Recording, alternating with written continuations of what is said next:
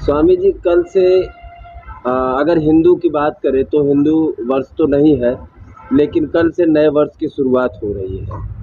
क्या संदेश देंगे आप जनता को या अपने जो आपके भक्त हैं उनको? देखिए,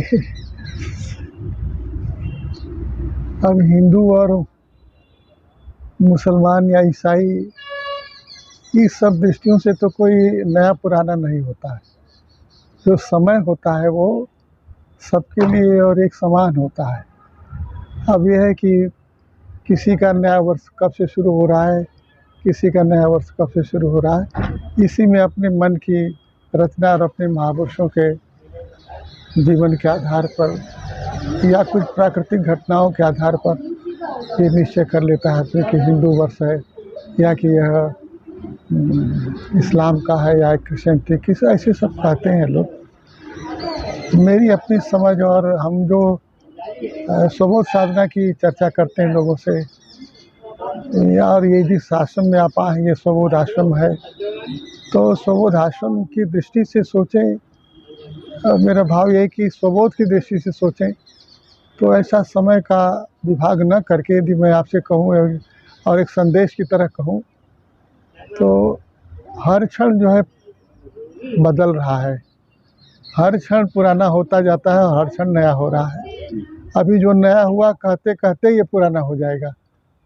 तो अब समझें तो अब ये वर्ष क्या, ये दिन कहिए या क्षण कहिए, हर नया है और हर नए दिन को, हर नए वर्ष को, हर नए क्षण को अब हमको अच्छा से जीना है, सही जीना है, सम्यक रूप से जीना है। तो समय का प्रवाह पानी की तरफ बह रहा है। केवल इसमें यदि बात समझिए, आप समझ सकें तो पानी की धार तो बहती रहती है लेकिन किनारे बहते नहीं हैं। जो उसका तट है वो स्थिर रहता है, धारा बहती रहती है। तो समय का जो किनारा है वो स्वतः समयातीत है। और यदि मैं कहें यदि आप हर एक धर्मों की बात करें तो सारे धर्मों में एक किनारा है, वो किनारा भगवान का है, ईश्वर का है। तो इसी ईश्वर के किनारे सारे बह रहे हैं, सारी जीवन की धारा बह रही है। तो हम यही कहेंगे कि अपने बहने में किनारे को भूलना नहीं चाहिए। जो हमारा तट है वो बना रहे हमारे संग, हम इसकी स्मृति में होवें तो हमारा जो हर क्षण है वो भगवान का होगा, भगवान के अनुसार होगा, भगवानमय होगा। तो यही हमारे सारे धर्मों की सार्थकता होगी। तो अब हम आपसे क्या बोलें? स्वामी जी, हम चाहेंगे अपने भक्तों को आप थोड़ा दो शब्द कहें नए वर्ष में। हाँ, तो नए वर्ष का तो मेरा भाव यही है कि हम जो है परमात्मा की, देखिए परमात्मा की शरणागति नहीं होती। कहते हैं, हम भी कह लेते हैं, शब्दों में कह देंगे या शब्द में हर कोई कहता हम भगवान को स्वीकार करते हैं, लेकिन हमारे जीने में भगवान नहीं होते। हमारे जीने में हमारे बहती हुई जो धारा होती है उसमें बहते रहते हैं, प्रवाह पतित कहते हैं हम इसको। हम प्रवाह में बहे जा रहे हैं, गिर गए हैं और प्रवाह जिधर बहा ले जा रहा है हम प्रवाह में भागे जा रहे हैं, बहते चले जा रहे हैं। तो ये प्रवाह जो यदि आप जाने तो प्रकृति का प्रवाह है, ये प्रकृति का प्रवाह चल रहा है और तट के बिना नहीं है। ये बात तो सच है, कोई भी प्रवाह तट के बिना नहीं होता है। तो प्रकृति के प्रवाह में बहने वाले ऐसे भी लोग हैं जो तट को नहीं स्वीकारते हैं, ये प्रकृति ही है, सब कुछ है जो है। तो उनके भी जीने का एक ढंग, वो भी नया वर्ष मनाते हैं, वो भी, उनका भी वर्ष नया होगा, वो महीना नया होगा, दिन नया होगा। लेकिन ऐसा जीना तो प्रकृति के प्रवाह में बहना है। अपने साधकों से यदि मुझे कुछ कहना है तो परमात्मा का ये जो तट है हम स्वीकार करते हैं कि ये तट जो है स्थिर है, और बल्कि कहूँ कि ये प्रवाह जो है बदलने वाला है और वो तट जो है वो अपरिवर्तनशील है, वो नहीं बदलने वाला है। तो न बदलने वाला ये जो अपरिवर्तनशील तट है यही हमारी आत्मा है, यही सच्ची आत्मा है, यही परमात्मा का स्वरूप है। तो हमको अपनी आत्मा के संग जीना चाहिए। जीते तो हम हैं, प्रकृति को ही जीना है, प्रवाह में ही जीना है, लेकिन तट की विस्मृति में नहीं होना चाहिए। जब हम तट की विस्मृति में होते हैं तो हमारा जीवन अधूरा होता है। वो हमारे जीवन में समग्रता नहीं आती है। और बल्कि मैं आपसे कहूँ और बहुत उल्टी बात लगेगी, हम चाहते हैं कि हमारा जीवन अच्छा हो, शुभ हो, सुंदर हो, सत्य हो। ये सब हम बोलते हैं, भाषा में बोलते हैं, कहते भी हैं, चाहते भी हैं, लेकिन होता ऐसा नहीं है।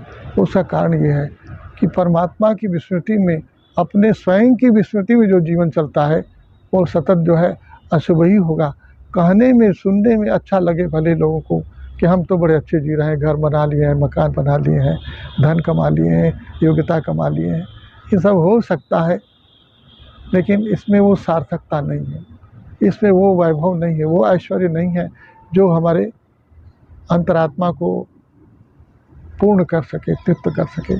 तो हमारी अंतरात्मा परमात्मा स्वयं है, तो हमने प्रभु के संग ही हमारा जीवन हो सके, सबसे बड़ा सौभाग्य ये होगा। हम अपने साथियों को भी यही कहेंगे कि नया वर्ष मनाओ, आप अच्छा से मनाओ, खुशी स्वतंत्रता से खुशी पूर्वक मनाओ, सब अच्छा है, लेकिन भगवान की विस्मृति में नहीं।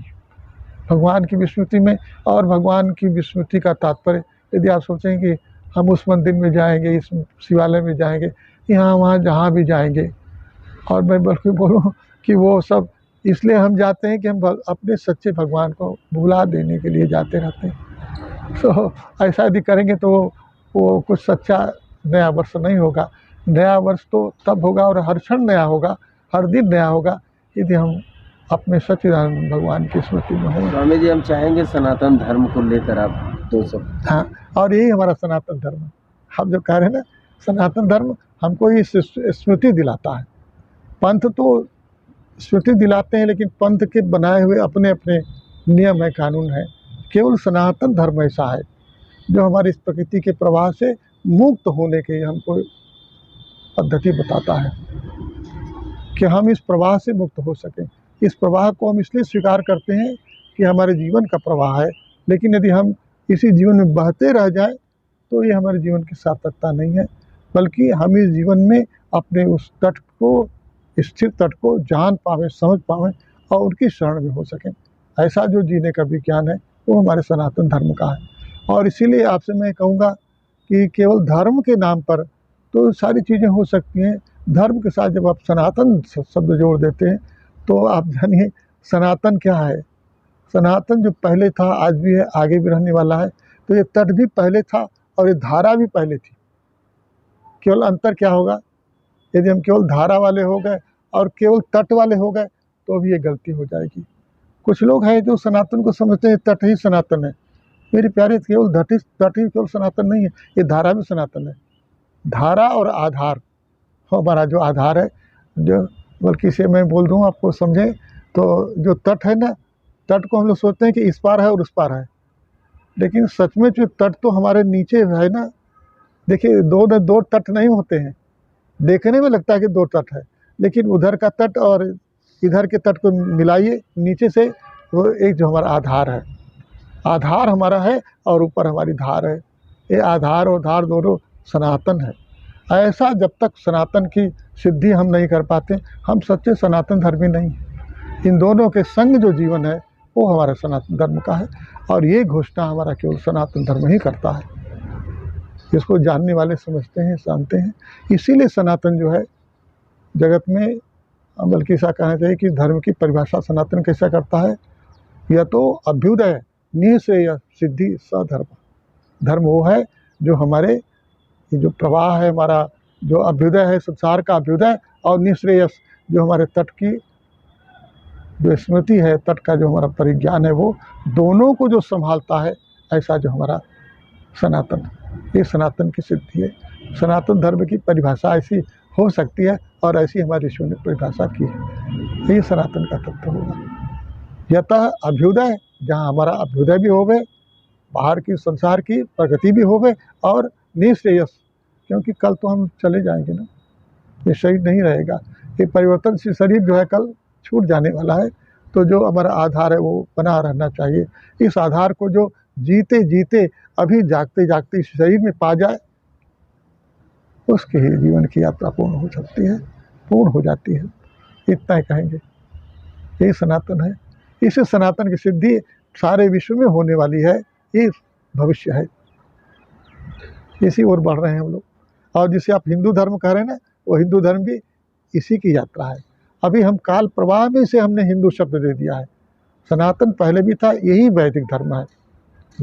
वेदों ने इसी सनातन की परिभाषा की है, इसी सनातन का संदेश दिया है। और हम वेदों के इसी व्याख्या को कालक्रम से अब आज हम हिंदू कह रहे हैं। हिंदू भी है जो इस वेदों की समग्रता को स्वीकार करने वाला। हिंदुओं में नाना पथ भी हो गए हैं, नाना पंथ भी हो गए हैं अपने अपने ढंग से, लेकिन मोटी बात जो है, मूल जो तत्व है वो सनातन का यही है जो सबकी स्वीकृति में है, जाने अनजाने सभी स्वीकार करते हैं। और मैं तो आपसे कहूँगा, जो सनातन से बाहर जिन्हें हम कुछ समझते हैं वो भी इसी के भीतर है, इससे बाहर नहीं है। तो ये वो होता है। ओम आनंद।